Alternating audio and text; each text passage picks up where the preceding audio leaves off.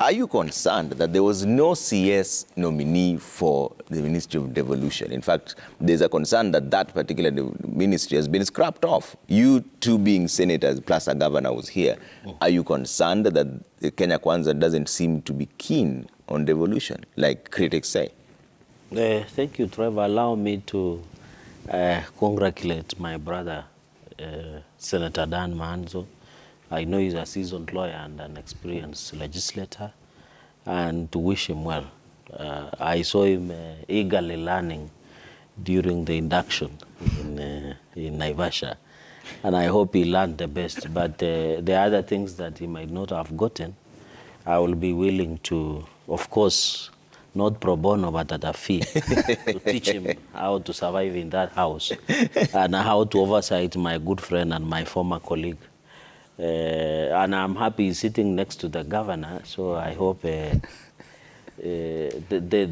relationship between governors and senators should be encouraged. And he should thank God that Governor Kimani Wamatangi was a senator.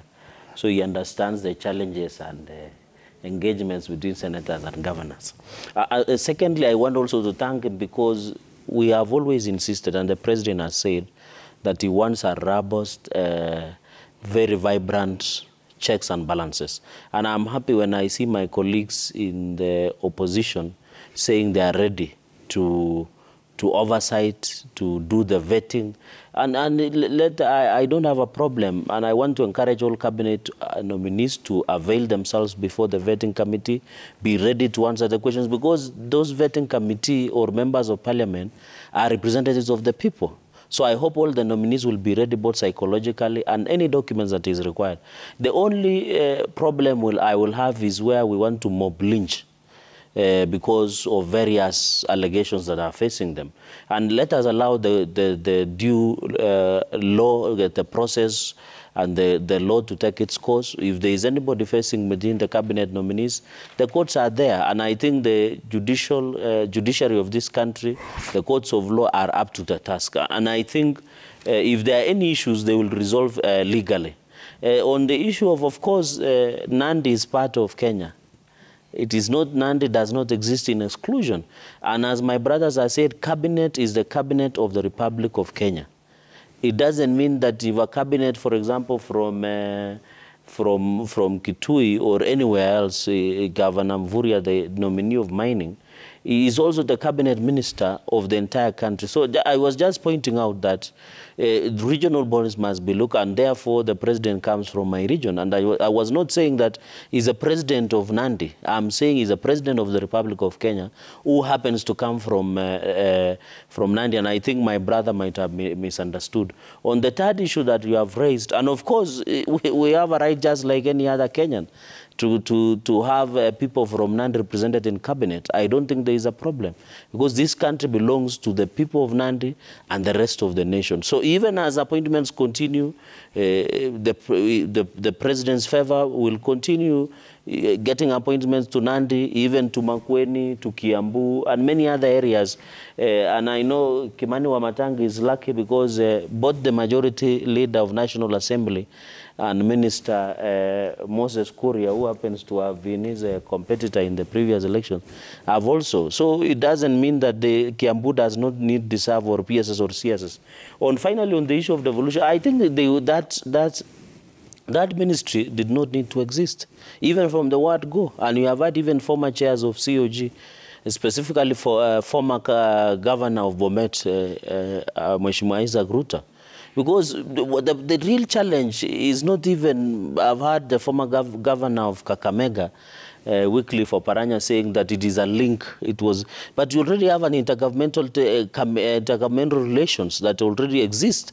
So if there are donors who want to fund devolve programs, who want to participate in devolution, there is already linkages that has already been developed that those donors can participate. And by the way, those things can be handled. The Deputy President, His Excellency Rigathi Gachagua, he himself chairs the IBEC. And those are some of the issues if donors want to raise on how to participate in devolution. They can either engage the government. You know, these national and county governments exist mutually, but they are independent but distinct. It means if a donor from America wants to fund a project in Nandi, it doesn't mean that they need approval of the national government, because these are interdependent, mutual, and distinct form of government, because we have two levels of government, national government and county government. So if there are any issues, they can go to IBEC. The only challenge, Trevor, and I hope the Kenya Kwanza and we shall work together, because the president has shown goodwill to devolution, and of course we shall push through Senate. There are so many, Trevor, functions that were devolved. Yeah. But interestingly, and that is why we went to court when I was the chair, JLAC, some of the clauses have been introduced by the National Assembly, and I'm happy. You know, when Dan Manzo, senator, was in the lower house, that is the National Assembly, they used to fight Senate and saying Senate should not get power. But most of the legislation, Trevor, that was passed created a clawback clauses against devolved function. You find the national government devolves devolved function, but they don't follow with funding. So the biggest challenge is not even having the Ministry of Devolution. The biggest challenge is the national government to fully devolve some of those functions and ensure those devolved functions follow with the costing and the funding of those devolved functions. And the biggest challenge is that if the government, and I hope when the Deputy President and the IBEC and the President will look at this, is the delay in terms of disbursement of county funds. Yeah. And I know luckily we have Governor Kimani Wamatangi here and many other governors. The biggest challenge has been those clawback clauses that have been introduced in some of the legislation. You remember, for example, health is almost 99.9% devolved. You should only have the issue of policy to remain with the parliament. But you now find the Ministry of Health has the largest budget of health, that without these functions, with only referral hospitals, like a number of them, like Moi Teaching and Referral Hospital in Eldoret, Mama Lucy, Kenyatta National Hospital. I think that those are, at least they are not more than 5. Yet they have the large budget against 47 county governments' health budgets. So I think what is important is not even about devolution ministry. It is about ensuring that devolution works by ensuring that money follows devolved function, quick disbursement of money to those functions, and also getting the goodwill from the national government, and that respect and distinct mutual agreement engagement between the